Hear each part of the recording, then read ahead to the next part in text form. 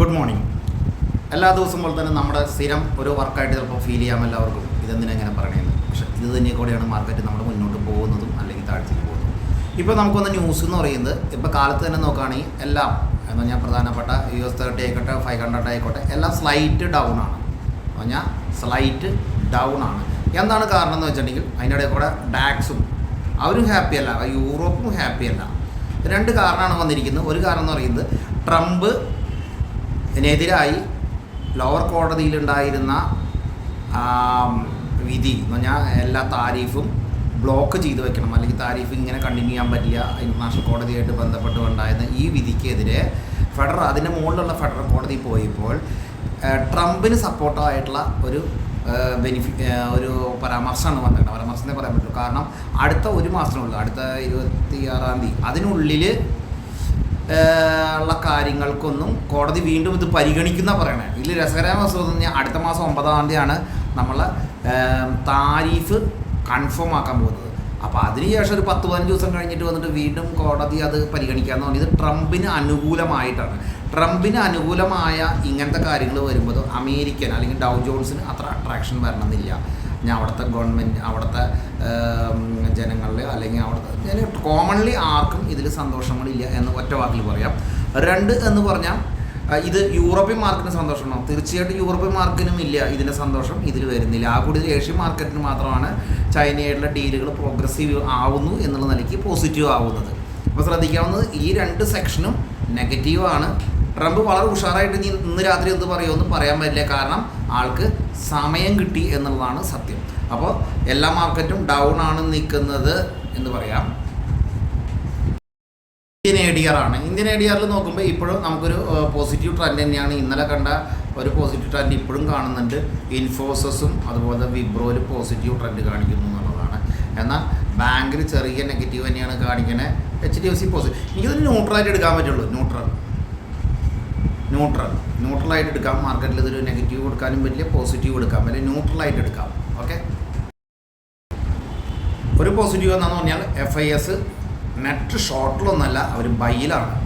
അതൊരു സമാധാനം, അവർ ബൈയിലാണ് നിൽക്കുന്നത്.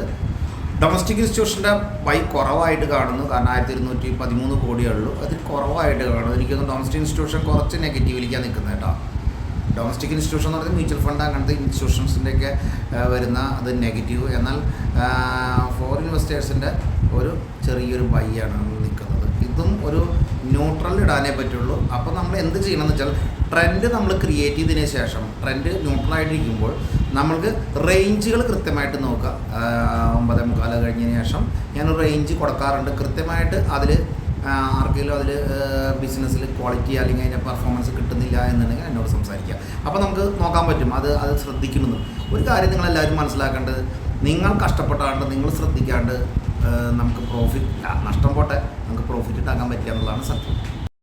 അത് നമ്മുടെ ഗിഫ്റ്റ് നിഫ്റ്റിയാണ്. ഗിഫ്റ്റ് നിഫ്റ്റി ഇപ്പോഴും നാരോയിൽ നിൽക്കുന്നു. എങ്കിൽ തന്നെ പറയാം 43 പോയിൻറ്റ്, 43 പോയിൻറ്റ് 8.33 പ്ലസ് ആയിട്ട് നിൽക്കണമെന്ന് പറയാം.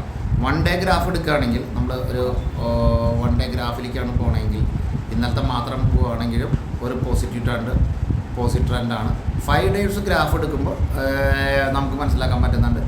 2 പാനിക്നെസ് ഇവിടെ ഫീൽ ചെയ്യുന്നുണ്ട്. ഒന്ന് പറയുന്നത് ഹൈ കട്ട് ചെയ്യാൻ പറ്റുന്നില്ല. 2 ഇവിടെ നിന്ന് ഈ ലൈൻ വലിക്കുകയാണെങ്കിൽ ഇതിന് ശരിക്കും പറഞ്ഞാൽ ഈ റേഞ്ചിൽ കിടന്ന് ഇങ്ങനെ കളിക്കുകയാണ്. ഓക്കെ, വൺ ടൈം ഇത് എങ്ങോട്ടാണ് പോകേണ്ടത് എന്നുള്ളതാണ്. ഒരു കാര്യം മനസ്സിലാക്കുക, മുകളിലേക്ക് പോകാനുള്ള സാധ്യത 2 സൈഡിലും തള്ളിക്കളയാൻ പറ്റില്ല. പക്ഷേ പുറത്തുനിന്നുള്ള ന്യൂസുകൾ സപ്പോർട്ട് ചെയ്യാത്തതുകൊണ്ട് തന്നെ കുറച്ച് പേടിയോടുകൂടി ആയിരിക്കും മാർക്കറ്റ് നോക്കുന്നത് എന്ന് മാത്രം പറയാം. ഓക്കെ, കുറച്ച് ദിവസം മുമ്പ് ഞാൻ പറഞ്ഞതാണ് ഈ വാച്ച് ചെയ്യാവുന്ന ഒരു കൗണ്ടറാണ്. നിങ്ങൾക്ക് ഈ നെറ്റ്വർക്ക് ഇതൊന്നും ഡെലിവറിയിലൊക്കെ ഫണ്ടമെൻ്റലായിട്ട് പറഞ്ഞിട്ടല്ല പറയണേ. ഒരു മൂവ്മെൻറ്റ് സ്റ്റാർട്ട് ചെയ്തിട്ടുണ്ട്. ട്രേഡ് ചെയ്യുന്നവരെ സംബന്ധിച്ച് 2 ദിവസത്തെ ഒരു ട്രെൻഡ് നോക്കി ട്രേഡ് ചെയ്യാവുന്നതാണ്, അത് ചെയ്യാവുന്നതാണ്. രണ്ടാമത് എനിക്ക് ഫീൽ ചെയ്തത് L&T ടെക്നോളജി വാച്ച് ചെയ്യുക, ട്രേഡ് ചെയ്യാവുന്നതാണ്. ഡോക്ടർ ലാൽപത്ത് ലാബ് ഇതും എനിക്ക് തോന്നുന്നു പോസിറ്റീവായിട്ട് ഡെലിവറി ഹോൾഡ് ചെയ്യാവുന്നതായിട്ട് തോന്നുന്നു. ഓക്കെ, ഇത്രയാണ് ഇതിൽ പറയാനുള്ളത്. വാച്ച് ചെയ്തിട്ട് ട്രേഡ് ചെയ്യുക. IFSCI ജസ്റ്റ് മൈനസാണ്, പ്ലസിലേക്ക് വരുന്നത് നോക്കുക. മാർക്കറ്റ് ട്രെൻഡ് നോക്കുക. ടോട്ടൽ അല്പത്തെ ലാഭം എനിക്ക് ബൈ ചെയ്ത് തോന്നുന്നുണ്ട്. അതുപോലെ തന്നെ ഇതിൻ്റെ സ്റ്റോപ്പ് ലോസ് നിങ്ങളിവിടെ 2948 സ്റ്റോപ്പ് ലോസ് നിങ്ങൾക്കിവിടെ ചെയ്യാവുന്നതാണ്. ഓക്കെ, ബൈ ട്രെൻഡാണ്, സീസണാണ്. ഇപ്പോൾ സ്പീഡ് മൂവ്മെൻറ്റ് മാർക്കറ്റിൽ വന്നുകൊണ്ട് തന്നെ പ്രോഫിറ്റ് വന്നുകൂടാന്നില്ല. അപ്പോൾ വളരെ ശ്രദ്ധിച്ച് വേണം ഇത് ഡീൽ ചെയ്യാൻ.